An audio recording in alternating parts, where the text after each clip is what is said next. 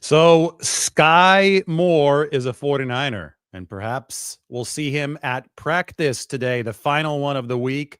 Walk through tomorrow, and then the last preseason game means it's getting closer. 49ers in Seattle on September 7th. Here's the article up on the San Francisco Standard. Why the 49ers traded for speedy wide receiver Skyy Moore, and I'm about to tell you how they got him for free. That's the big misconception here, is that this is some kind of big investment for the 49ers that can backfire on them. It really can't. There's no downside when you only swap 6th and 7th round picks in 2027. It's not like this is the 2026 draft. This is 2 drafts away in 2027. And I'm sure that John Lynch would joke that the 49ers are actually better picking in the 7th round than they are in the 6th round. You can make the argument, and this is facetious, but you can make the argument that the 49ers profited here, because I think of Brock Purdy, I think of Jawan Jennings, Connor Colby, who might be their starter at right guard.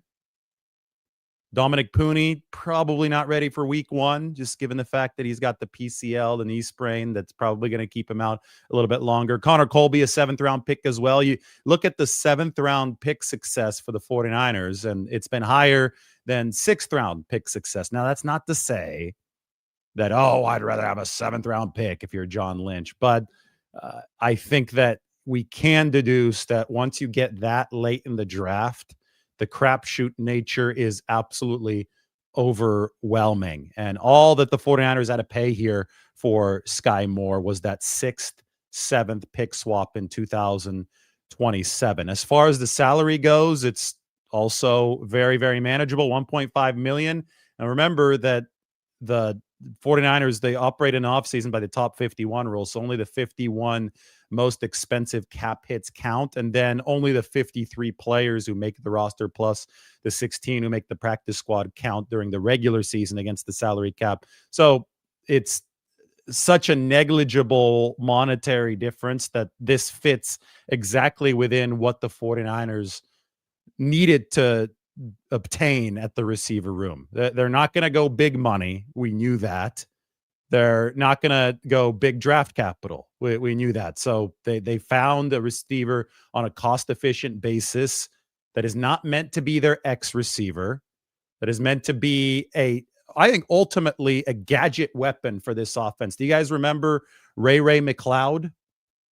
He was a return specialist for the 49ers, and he also had some gadget plays on the offensive side of the ball. Well, I think Ray McLeod is a really, really good comp here. Take a look at the relative athletic score comparisons between Skyy Moore and Ray McLeod. Skyy, this green area, this is where he truly excels. That is the explosiveness out of the gate. 10-yard split, 1.46, elite.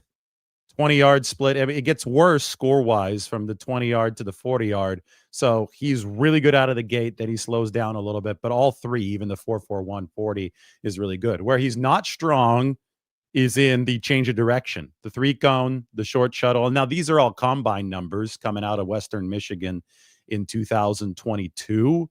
So you can say, maybe his change of direction has improved. Skyy Moore never played receiver in high school. Once he got to Western Michigan, they moved him to that receiver position, put up some big numbers, showed that really good explosion. That's why the Chiefs were willing to draft him, and why the 49ers were interested in him. The Chiefs drafted him in the 2nd round of the 2022 draft. He had a 250-yard receiving season in 2022, 244 yards in 2023, and then 2024, a core muscle injury put him on injured reserve, ended his season in October. He's healthy now. Just 6 days ago, he had an 88-yard punt return for a touchdown. And the Chiefs special teams coach, Dave Taub, talked about that return just 2 days ago, right? Just 2 days ago, we heard about that return being something really good for Skyy Moore, because the Chiefs offensively, they had moved past them. The Kansas City setup is obviously a lot different than the 49ers. They don't have 7 injuries in the receiver room. So Skyy Moore probably wasn't going to make that Kansas City team. But what that punt return did is show that he still has a lot of value in that phase of the game. And it was a good advertisement to the rest of the league. And it might have been what convinced the 49ers to pull the trigger on this trade. So they wouldn't have to wait until Skyy Moore got cut. So they could cut in line, pick up the speedy receiver now, because obviously they have an acute need to bolster that position. And they're also interested in bolstering their special teams. Here's the chief special teams coordinator on the newest 49ers, Skyy Moore. This is a day before the trade. And with Skyy, you touched on it, but it's not just the return, but just kind of what his earlier in the game was like, what the past couple of years have been like for him. Yeah, I mean, his punt return ability and kick return ability has really gotten better over the years, and it showed right there. I mean, he's solid there, in that part of it. The other part is it's the mental, I think, with him, and it's just about getting over that hump. And he's definitely an NFL player. Whether he's on our team or not on our team, I mean, I think the return helped him. So he's a good football player. Does that move him up your? Yeah, sure. I mean, I'd be happy with Skyy back there. I mean, he's broke through. He had a barrier, when he was a rookie. He had a couple bad things that happened, but then he had a lot of success in the playoffs. So I think he got over that, and he's comfortable back there. He's one of our best catchers on punts. So I feel comfortable if we had to use if it came down to that. So you could tell that the writing was on the wall at that point, saying that punt return is going to be good for Skyy, whether he's on our team or if he has to go somewhere else. And I'm sure that the 49ers, they've got their scouts taking a look at all the veterans around the league, and they saw the punt return. They were already interested in Skyy Moore. I think they liked him coming out of Western Michigan in 2022. They obviously made the move. But this is something where the 49ers are looking for an X wide receiver. The 49ers here are looking to fill out the receiving room that has been decimated by injuries. We can go ahead and take a look right now at the 49ers 53-man roster, where I was just looking at it this morning. You could see all of the pink shadings across the entire roster, especially on the left side, the side that I project to make up the 53-man count at the cut down on August 26th. There are rooms that are particularly hit hard, and obviously receiver is one of them. You'll notice there's another name shaded here. It was news this morning. Russell Gage has an MCL sprain. Thankfully for the 49ers, it seems to be on the minor side of things. 7 to 10 days is the expected recovery timeline for Russell Gage. So this shouldn't affect how they look at the receiver room at the cut down, but it does just create an especially jarring image. These guys right here that I'm highlighting are projected to be 53-man players. Now, Jacob Cowing, that might become a little bit more of a complicated situation since the hamstring has flared up again. And obviously, Jawan Jennings already is a complicated situation. Demarcus Robinson will be on the suspended list. Ayuk is going to be a 53-man player later in the season. He'll stay on PUP until the ACL and the MCL is recovered. Jordan Watkins, I mean, that's murky as well with the high ankle sprain recovery. Out of the fact that the 49ers, you look at their 7 best receivers, and 6 of their 7 best receivers currently have a shade of red on their name in this depth chart. That is a problematic issue for San Francisco. I've actually never seen anything quite like this in training camp at a specific position room.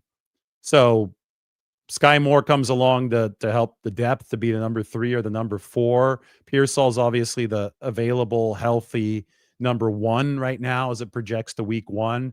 I think Russell Gage is still amongst that top 4 if he's back within 7 to 10 days. It's a we'll see with Jawan Jennings. It's a we'll see with Watkins and Jacob Cowing. And then you have, waiting in the queue, you've got Robbie Chosen and Isaiah Hodgins, a couple veterans who have made some catches in these preseason games. Are the 49ers finished making moves? I don't think so. They're definitely not finished making moves. Let's put it this way. August 26th, the cut down is deadline pressure, which will spur action on many, many fronts. The stressor of the cut down is that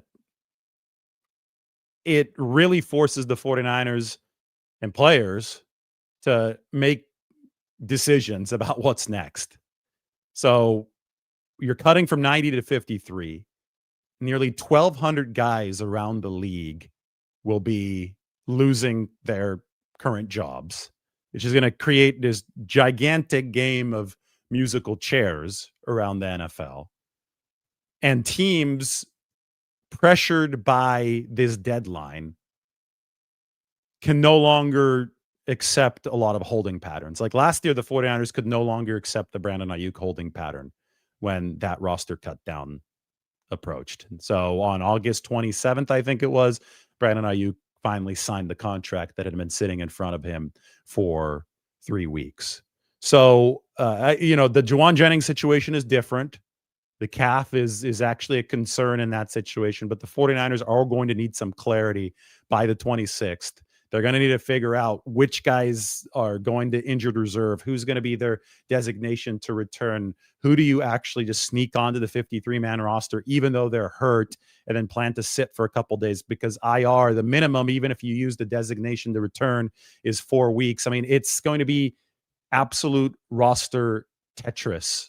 And, I came up with the term roster Tetris. Rich Eisen is a big fan of it, by the way. That was really funny. We on the Rich Eisen show, and he's like, "Oh, I'm gonna have to steal roster Tetris," but it looks like Tetris here. I mean, we got different color codings for rookies, for injured guys, for free agent signings, and you got to find a way to fit 53 onto this side while also taking advantage of the limited injury list rules that you have.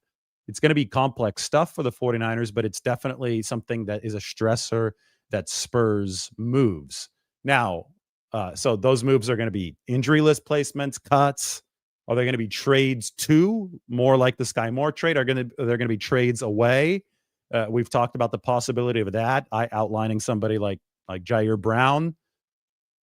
This isn't the deadline to make a trade, but you're seeing trades around the league because it is a deadline for roster construction in many ways. And that is what spurs action, right? So I think that right now, if we're looking at the market around the league, the 49ers were interested in adding a receiver at a lower price point for obvious reasons. They don't have cap space right now. Anybody who's saying the 49ers have a lot of cap space just doesn't know what they're talking about. 49ers have a ton of money committed in the next 4 to 5 years to A-list players with backloaded deals. So they've got to carry over whatever the $45 million of cap room that they have right now. That is earmarked for carryover into future seasons.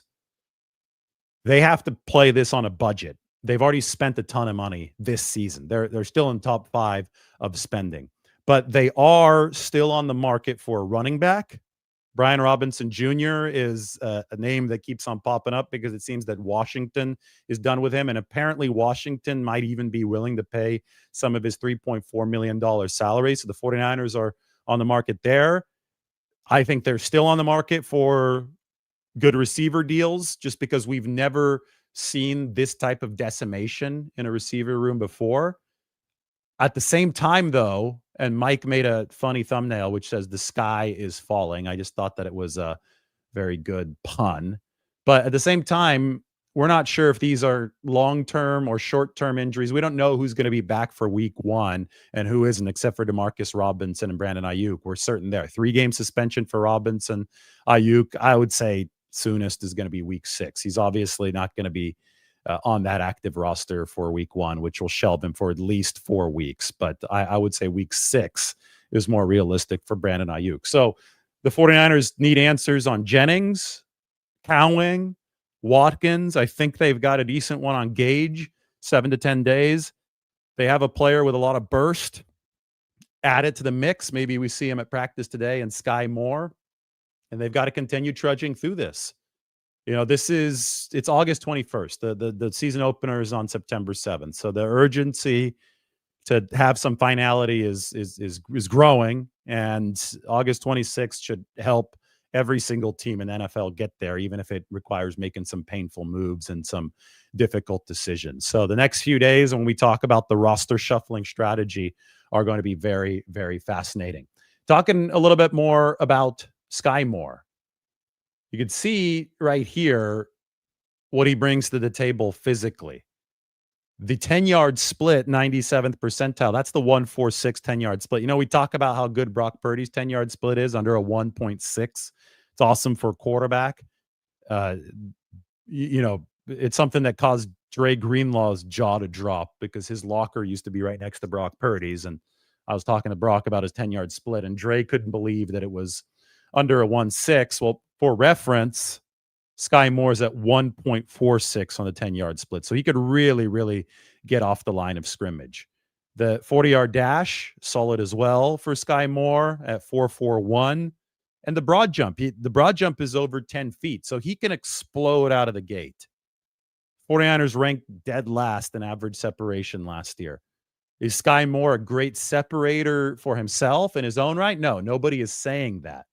What people are saying is that these metrics right here allow Skyy Moore to burst off the line of scrimmage, theoretically put some defensive backs on their heels, and therefore open space up for other players. He's a complementary receiving weapon.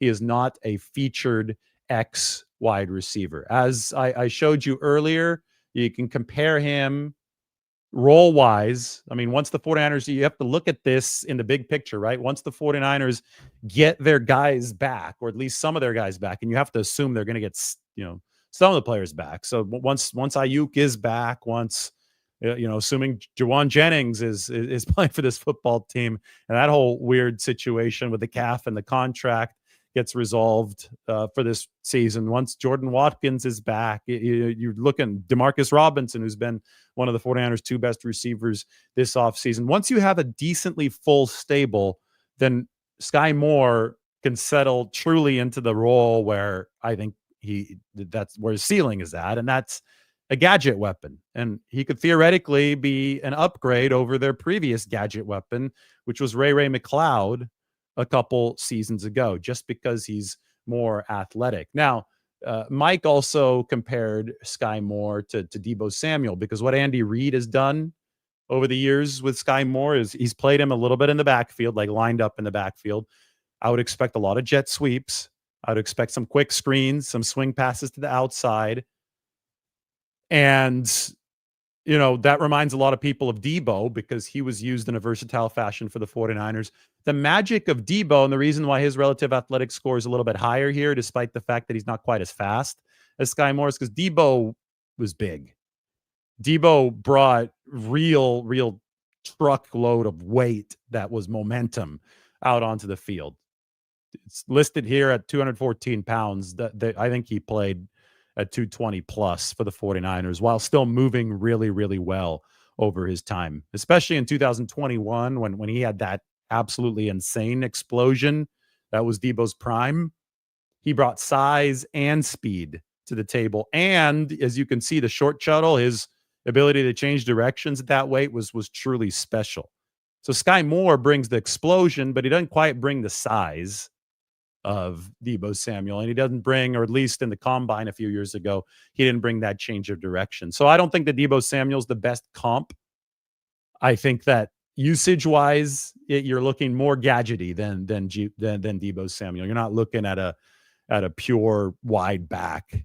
A lot of people are saying, well, why don't you just line him up in the backfield if he's not a natural receiver, if he just moved there at the start of college? It's because he's not a running back either. He's doesn't quite have that size for the 49ers. If you're 5'9", which is what Skyy Moore is, you like the short, stocky running backs because they're built to handle a lot of that interior contact. So that's why they have somebody like Jordan James, who's 5'8", 5'9", over 200 pounds. Corey Kiner, same type of weight as well for the 49ers. The Devontae Freeman type of builds, right? So I think Skyy Moore is a little light to be a full-time running back, and It doesn't have the change of direction to be a top-level slot receiver, but he does have the explosion to contribute off the line of scrimmage, does have the explosion and the versatility to contribute as a gadget type of offensive weapon. And then the special teams juice is really important. So listen to this. Skyy Moore, in 2022 as a rookie, was the primary punt returner for the Chiefs. In the AFC Championship game that year, game was tied, less than a minute to go. He delivered a 29-yard punt return that helped set up the field goal that would send the Chiefs to the Super Bowl. So that's a high-stakes punt return. I mean, he had to field that ball at a spot where if he muffed that punt, then you lose the AFC Championship game. And I know 49ers fans know all about losing a conference title game with a muffed punt. So not only did he field the punt, and he had the trust of the Chiefs as a rookie to do that, but he also was able to rip off the 29-yard return that got them near midfield. And then a few plays later, they booted the field goal. They went on to the Super Bowl. They won the Super Bowl. He actually scored a touchdown in that Super Bowl against the Eagles. So this is not just some random player. We can talk about the deficiencies all we want. We can highlight the fact that obviously this is not a 1,000-yard receiver. The 49ers essentially got him for free.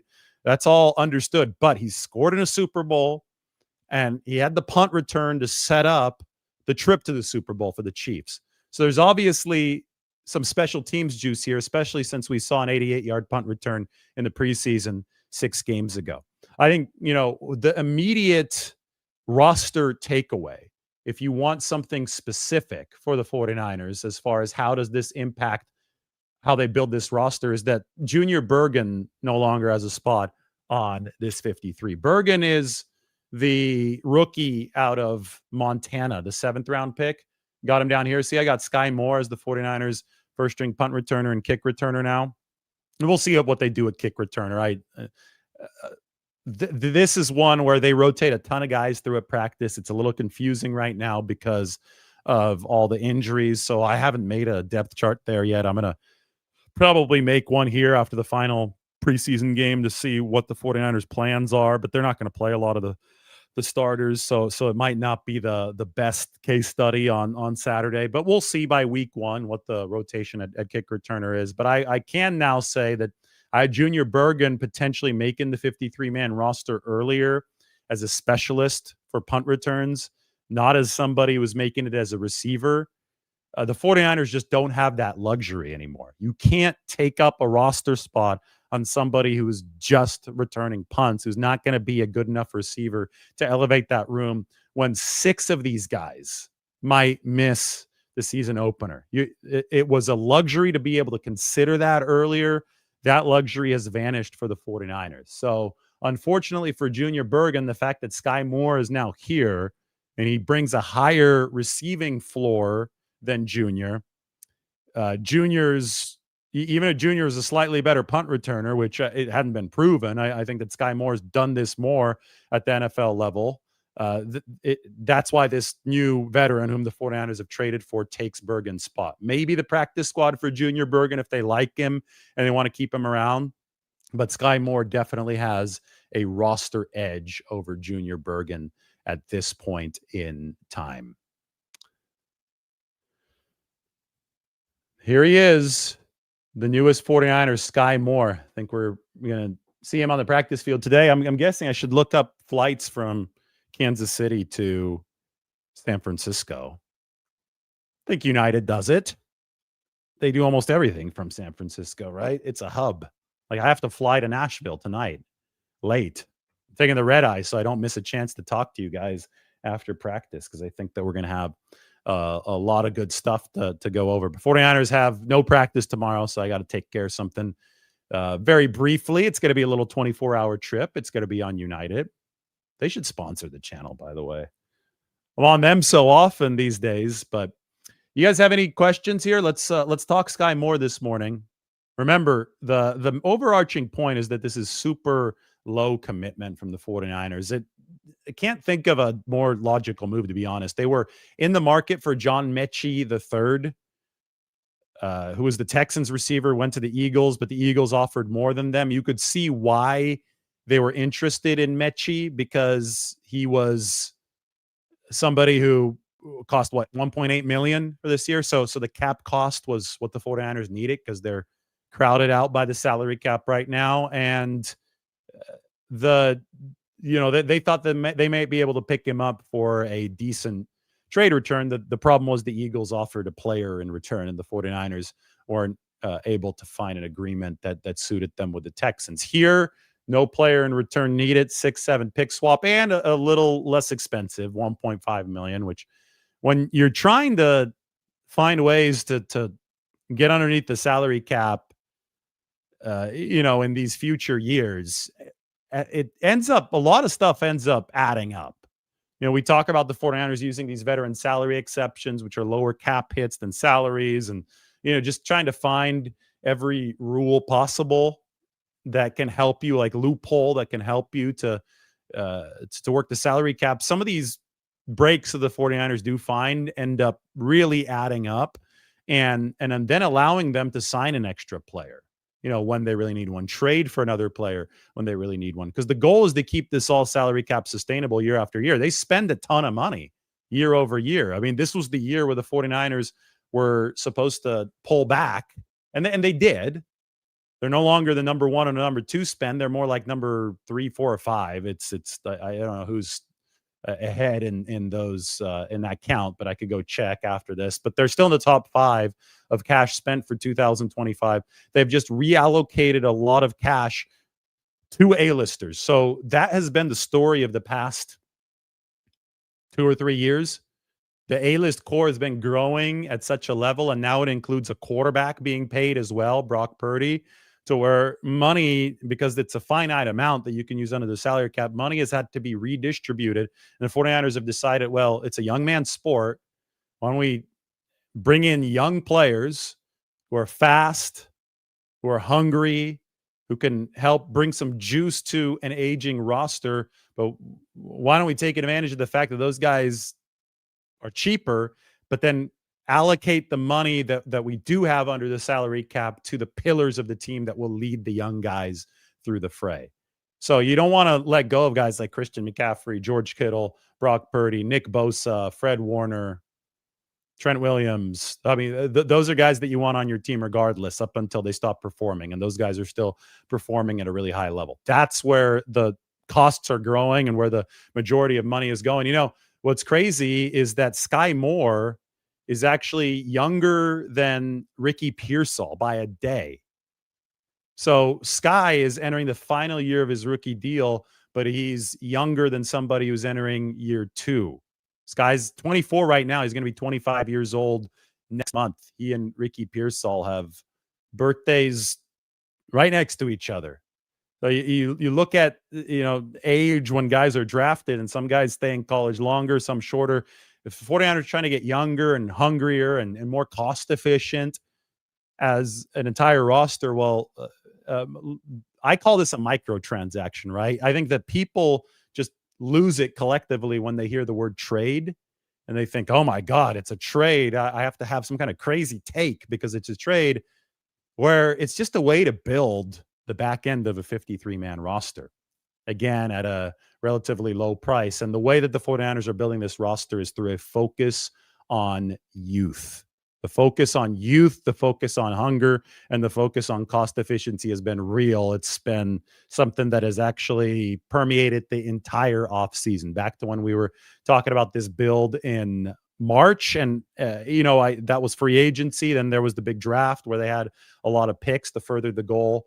And now with August 26th looming, there are going to be more opportunities for transactions that help the 49ers fulfill their roster building vision. This is a really exciting time for those of us who geek out over roster construction, because again, 1,200 players are about to become available around the whole league, and the 49ers just got a head start on that. Skyy Moore was probably going to be available, so they made sure that they got him with that 6-7 pick swap a few days ahead of time.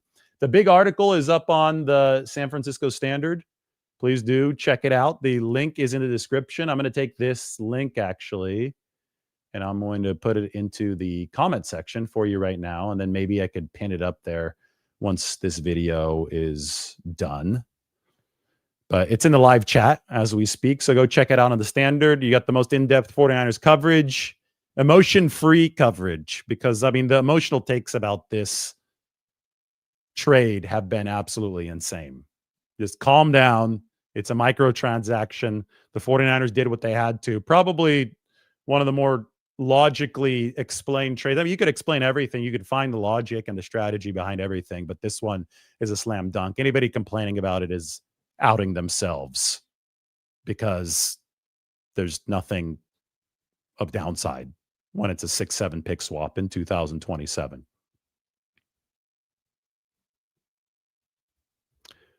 I'm ready for some questions before I have to catch the train.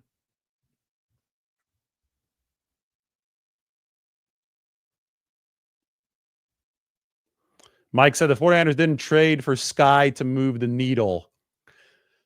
It depends on how you define moving the needle. I think the whole point of this was to help a depleted room while, maybe increasing your special teams upward mobility. I think a lot of people define move the needle as, Emmanuel Sanders coming in 2019. This is not that kind of move.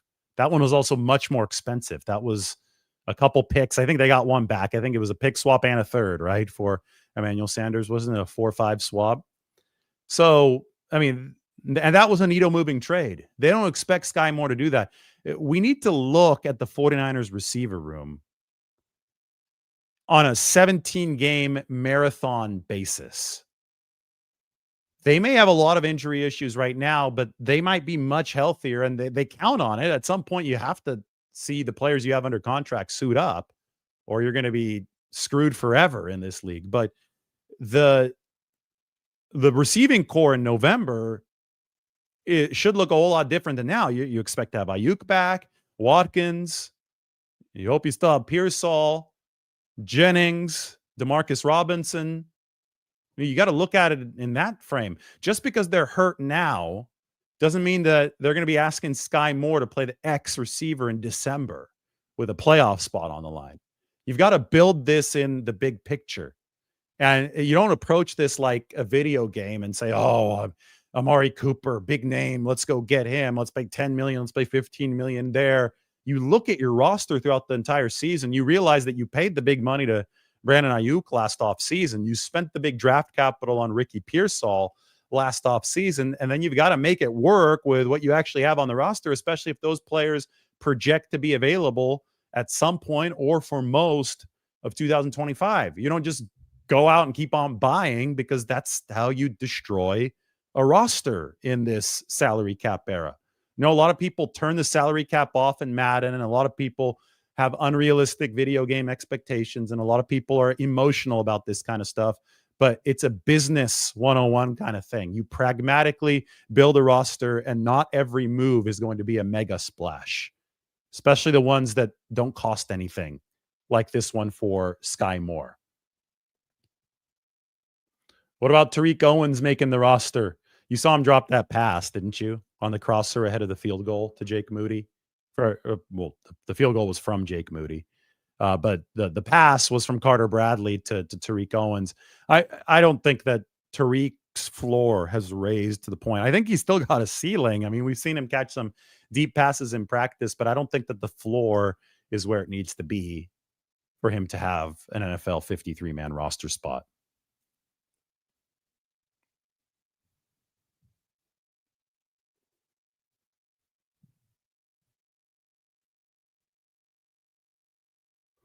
G54 says, I can see Brock take that Brady-type trajectory regarding playing well, regardless of the names out there at receiver. This is something I've thought about, too. Speaking of the Chiefs, last year the 49ers played the Chiefs, and they didn't have anything in the receiver room. I mean, Ricky Pearsall was coming back from getting shot playing in his first NFL game, and he had to be a main part of the rotation, and obviously the timing wasn't there, and it was just George Kittle was Purdy's best target. They didn't have anything of value really in that receiving room that game. It was actually the game that Jacob Cowing actually did a couple things, caught the little tunnel screen and then the double move deep. But I mean, so I guess they had something of value. I was a little harsh there, but it was bare bones for the 49ers. And Purdy still hung in there with the Chiefs in that game. I mean, it was a dogfight for him for sure. And I mean, it got ugly at the end, right? That they turned the ball over in the red zone, but he had to scrap, and he didn't have an arsenal in that game. And if he's got something, and I think Christian McCaffrey, George Kittle, Ricky Pearsall healthy, at least those three, that's something. If he's got something, Brock Purdy is shown to be good enough to helm an efficient attack. And, that is the story of Tom Brady year in, year out, except for the time that he had Randy Moss and everybody in 07. I mean, I think Brady had more weapons than people give the Patriots credit for. But there were times where it seemed really interchangeable around him, and he still produced because he was so good with the timing. He was so accurate. He was a great leader in the huddle. The Patriots also had a good play calling system, and I think the 49ers have that as well. So perhaps Brock Purdy can give the 49ers a similar type of a rising tide lifts all boats dynamic, and that's the sign of a really good quarterback. Invader 49er thinks Kittle's going to go for 1,200 yards this year, the Gronk of the 49ers.